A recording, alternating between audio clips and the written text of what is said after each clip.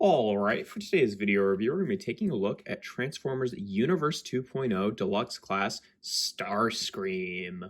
Yeah, this mold was also used for the Classics version of Starscream, and apparently there are a couple molding differences between this one and that one in the intakes or something like that. I don't know. I've never had the Classics version. I've only ever had the Universe version, which is honestly the color scheme that I prefer to. The Classics one is definitely a bit darker gray, and then it has like a bunch of little, extra embellishments of the painted detail that I didn't think were totally necessary. Also, maybe I'm crazy, but I thought for sure that there was one version of this mold that actually had front landing gear as well, but I don't actually see where that would have fit in. I don't know. Mine doesn't have it, but yeah, no, this has always been a pretty good figure. I mean, famously, when they did the Earthrise version, it was basically just an upscale of this design. And yeah, it holds up for the most part. Mine's definitely gotten a bit of yellowing in some spots, especially the soft nose cone there is yellowed quite a bit, but even the main body section here is a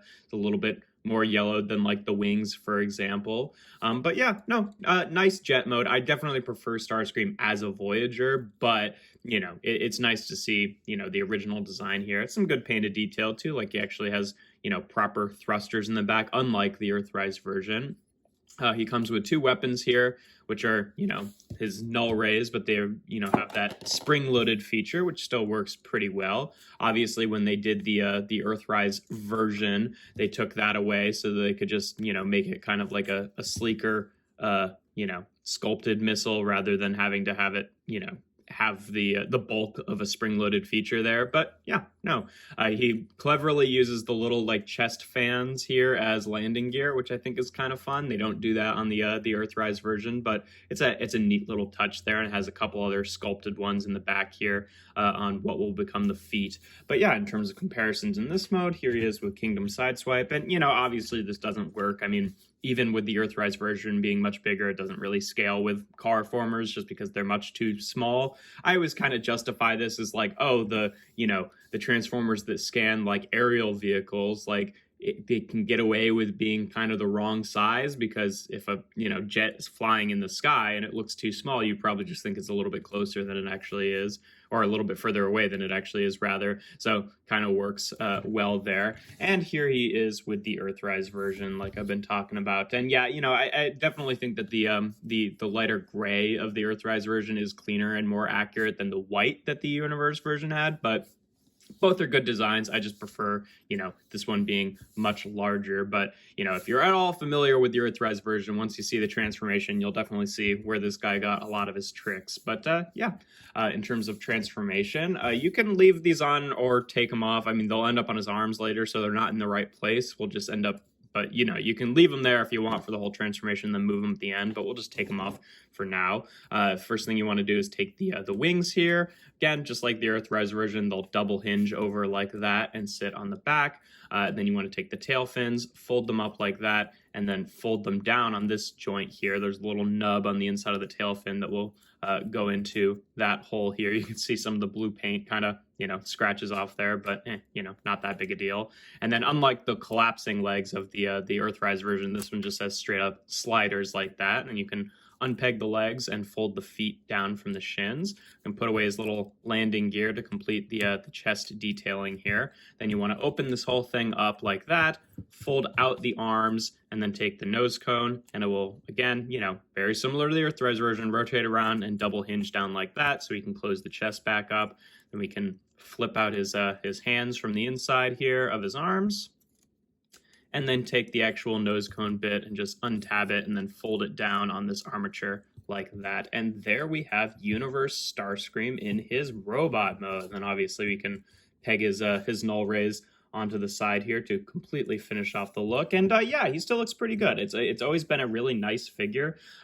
Definitely captures the silhouette of Starscream very nicely. There's definitely some improvements that the Earthrise version made, but still a pretty good toy, all things considered. In terms of articulation, his head is actually straight up attached to the nose cone, so you can swivel it, but it only swivels that much, and you kind of move the nose cone piece around with it, which is kind of funny, but at least it kind of, makes it easier to access since it's is in between these two, intake sections here. The shoulders are on universal joints, which, without the null raise can rotate all the way out to the side like that, and then rotate all the way around, obviously bumping into the wings at a certain point. These definitely are like pretty big and, like they get in the way. Also, the pegs aren't like great on them. Like you can see the way that this joint is constructed, it's like sandwiched between like two different pieces of plastic. So it does tend to kind of loosen up. Also, the pegs on the null raise are a little bit longer than the holes there. So it's like, this is not a perfect connection, honestly, which is a bit annoying.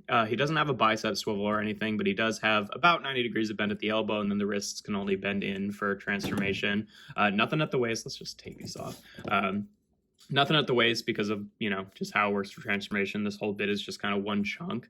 He's got ball joints at the hips, which can go forward only about that far. This also does not tab in place as well as you'd like it to. Also, the arms, like they do have these panels, which you can kind of use as a bit of a backward butterfly joint before they bump into the wings. Again, this is another piece that I wish locked in place a little bit better, but whatever.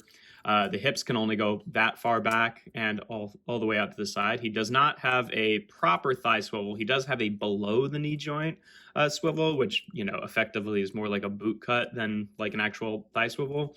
He's got about 90 degrees of bend at the knees, though, his upper legs are much smaller than his lower legs. And then the feet, the only thing they can do is kind of tilt forward for transformation, which is not unhelpful, actually. You can get them in some, semi kind of like walking poses by using that joint if you can just, mess with it for a little while. Decent-ish articulation for the time. Definitely a bit clunky by today's standards, but it is what it is. At least it's still a good-looking figure in terms of comparisons in this mode. Here he is again with Kingdom Sideswipe, so you can see pretty much an average-sized deluxe there, maybe a tiny bit shorter than Sideswipe at the head, but pretty much stacks up with modern deluxes. And here he is again with Earthrise Starscream, so you can see, again, pretty much the same basic layout of the the transformation and everything, just this guy is a Voyager and the original one was a deluxe. And I think that he still holds up. I think that there are some areas in which proportionally he actually looks maybe even a little bit better than Earthrise Starscream. Like I feel like Earthrise Starscream's head seems a little bit piddly just because of how it has to like fit inside the nose cone, whereas since his head becomes part of the nose cone, it gets to be a little bit bigger proportionally. I don't know.